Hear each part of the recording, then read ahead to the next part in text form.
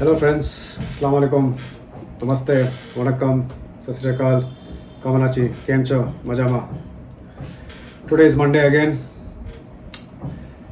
Today topic will be, I just really want to stress or emphasize, how we as middle class, how we are coping up with our daily routine, how things are happening in our life, and how we feel the pinch of earning our salary every month, every year, and how middle class is very important. How they act as very backbone of the economy. It's really, and all of us, we think whoever is watching this video, why does our salary? Why can't we save our salary every month? It's a very big question. We have seen decades. Not even a single middle class is able to save their salary, and they rely on one, income, and that's the job. So I think, without wasting any time, all of us, we as middle class think, why we are not able to save our salary, because as you know, the inflation, which is almost around 4 to 5%, they eat most of your most of your income, what you are earning from your current job. So there are many things, we have to understand. You have inflation rising up because of these geopolitical tensions. Your dollar, the rupee is depreciating against dollar because we are, as I mentioned in my other videos, we import more oil, and that the current account deficit gets more widened, and that's why RBI is not able to.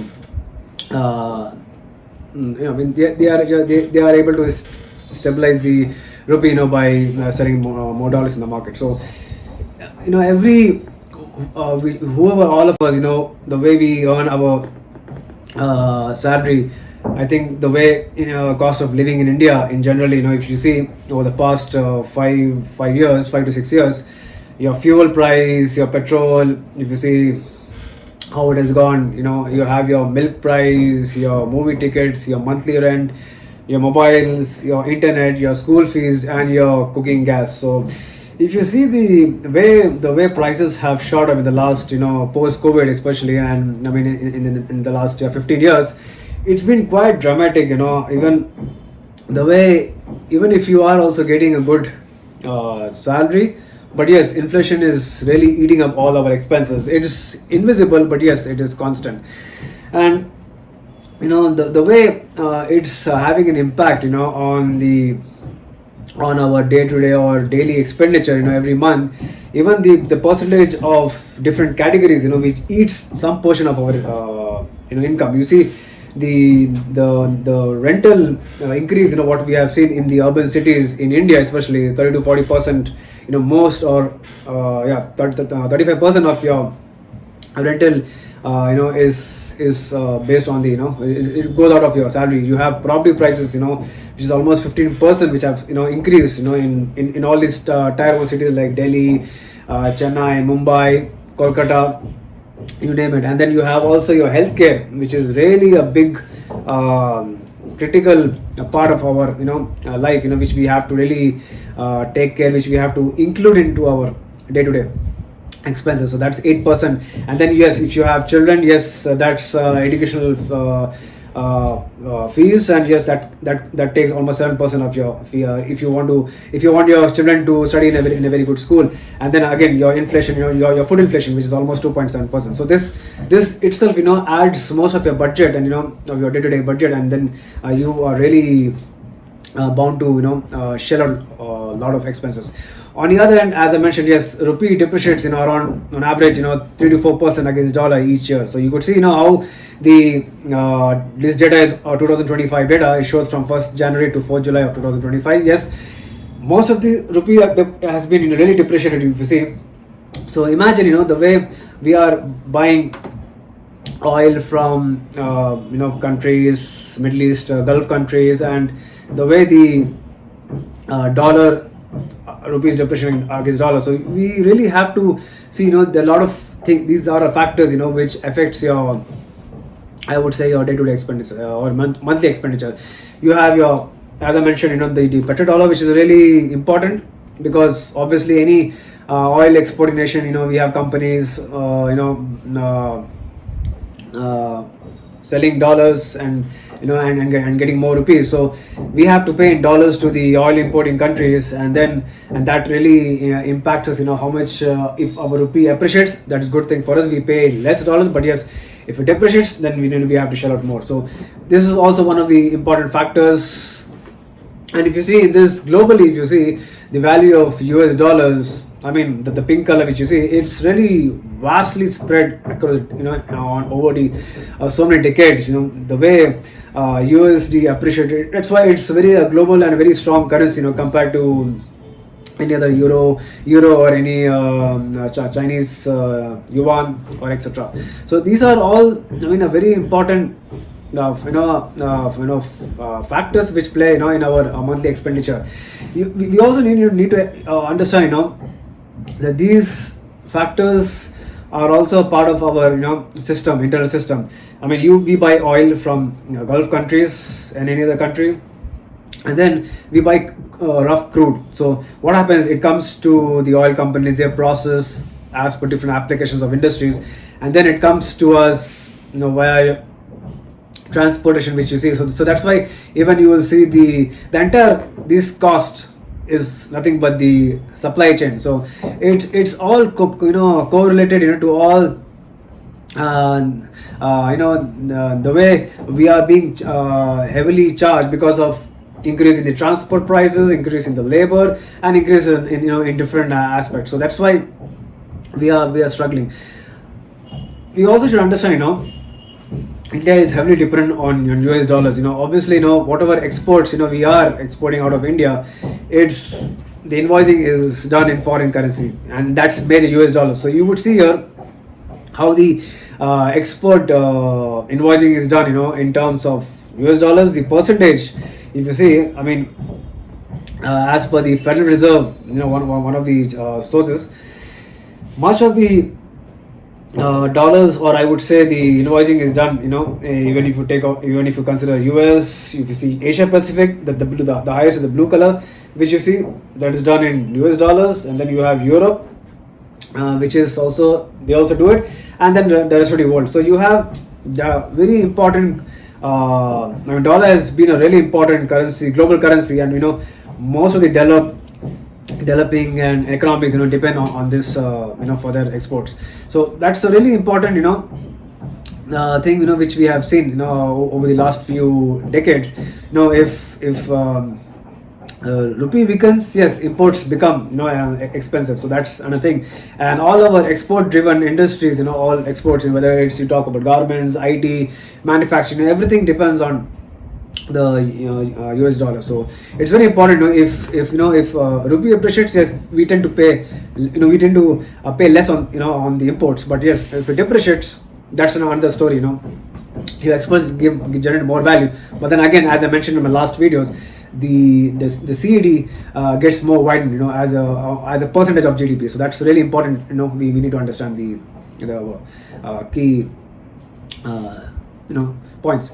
Now I think every middle class people, they have an aspiration of buying a nice house, buying good car, buying good, different, luxuries of, life. And it's not wrong, any middle class should not see this. It's an aspiration, and I think it's very important for everybody, to have that aspiration. And we tend, in case of any individual getting a new job, they are more interested in buying a mobile phone, and then you have, when you get married, yes, you tend to buy a home, and then you buy a car. So it depends. If you see, from our income, 40% of our income goes into the home loan, 50% goes into car loan, and 10% goes into into personal loan. So these are all the way how middle class is really trapped in lots of, if you buy EMIs, yes, a portion of your interest what we pay on every loans what you take, irrespective of whether it's a home, car, personal, anything. So that's the middle class, they have to really they undergo this much of turmoil. They have to run every month there's an expense, and they have to control on the budget. So a lot of there are a lot of constraints, in every middle class families, and it's very obvious, they have to find another source of income where they could rely on. So you could also see the way the home loan interest, they have been as per the current trend in India. Yes, you could see, actually, I think as per public and private banks here, the interest loan is varying around 7.5%. Some are going on 9. One of the private banks, they are charging 11%. That's also quite strange. But yes, it depends on how much of a home loan you take, or the property which you purchase, and the repayment period, how much you consider. Based on that, you see the interest, how banks charge you interest, and how much you have to shell out, for every as you drill down, it drills down, every month how much EMI you pay, and that's the way, you have to continue to manage all the expenses. So that's very important, where EMI eats portion of monthly income. Now we also have a lot of, I think we are frustrated with how the money is being spent in every country, in every state, I would say. Yes, whatever rupee or whatever taxes we pay in form of anything, your income tax, your GSTs, and you would see how this certain portion of your taxes, when they get deducted, and where it goes, and as if you're living in a property, if it's owned, then you have to pay a property tax, you have to pay your water tax, and there are different government I would say where you should, where if you see most of your taxes, income tax goes 15%, your excise duty is 7%, if it is a company, and then you have corporation taxes are in 15%, your GSTs are around 17%, roughly, if you see. So this money, our currency, or our income, goes into certain buckets, portion of buckets, the way our income doesn't, be in, we aren't able to save. And also, even if you see this, in the last 5 years, the way investments have been happening by India, in different categories, if you take from energy to airports, 24%, government has invested in energy, and if you see roads, it's 19%. I know we complain a lot of, in different cities, there's still not proper roads laid, and the way things are looking at, if you go towards agriculture, it is just 1%, we are just, it's really very low for us. And looking at the ports is also 1%, which is a very critical gateway, to import, to export our different types of commodities, out of India, bringing shipments into India, and if that supply chain doesn't improve, and I think as a whole the infrastructure does not improve, then it is difficult for India as a whole, to grow in terms of GDP, in terms of as we are more of a service-driven economy. So we have to think about all this, and we have to really know, where our portion of money goes into. And yes, and all of us, we still have, we still think I think it's very interesting, as we all know, the rich gets richer and the poor gets poorer, and the middle class is always stuck between both these categories, and how we need to be really smart, and how we need to really be very informative in this world, because many of the if you see many of the rich, or 1% of the richest, they have 51.5% of wealth. We all of us should really understand, and the poorest 60%, they have just 4.7%. So and see the middle class, it's ranging around 8.6. So 20% of the average middle class, they have 8.6% of the wealth. So for every 100 rupees of anything, the rich gets 80 rupees. The middle class will get 15, and then 5 rupees will go to the poor. So that's how our I would say India's wealth equality, it's very it's not so good to see, but yes, this has been trending over of decades, and we really need to be we middle class should be really be smart. We have to see where we could try to invest in in your equities, as I mentioned, in a couple of videos back, we have to invest in stock market. You need to have an appetite of taking risk, so that's very important. You can invest in gold. I know property. Yes, there is a Indian tradition where we invest in properties, in land, in flats, couple of decades. But yes, if you're not able to block that much of money upfront, yes, you need to invest at least in SIPs, in mutual funds, and that's where the richer, they invest in their own business. They have different assets, and that's why they're able to act more smart, and they are very efficient, and their entire life, they accumulate so much of wealth. It's easy for them to run life, even if they become old, or even they can keep it, they can travel wherever they want, they can do they can spend on their own way. So this is today's video. How we as a middle class, we should try to are we able to beat inflation? It's not possible, and I don't think in the next couple of years we really need to be really we need to understand how we can try to inculcate these teachings in our next generation, in our children, and how should we how can we teach them how to earn money. You just cannot educate your children, get a best degree and go out. That's not the way. I think in the last few years, how we have come across, the life was different. India was in different phases of growth, and now it is just not about getting a basic degree.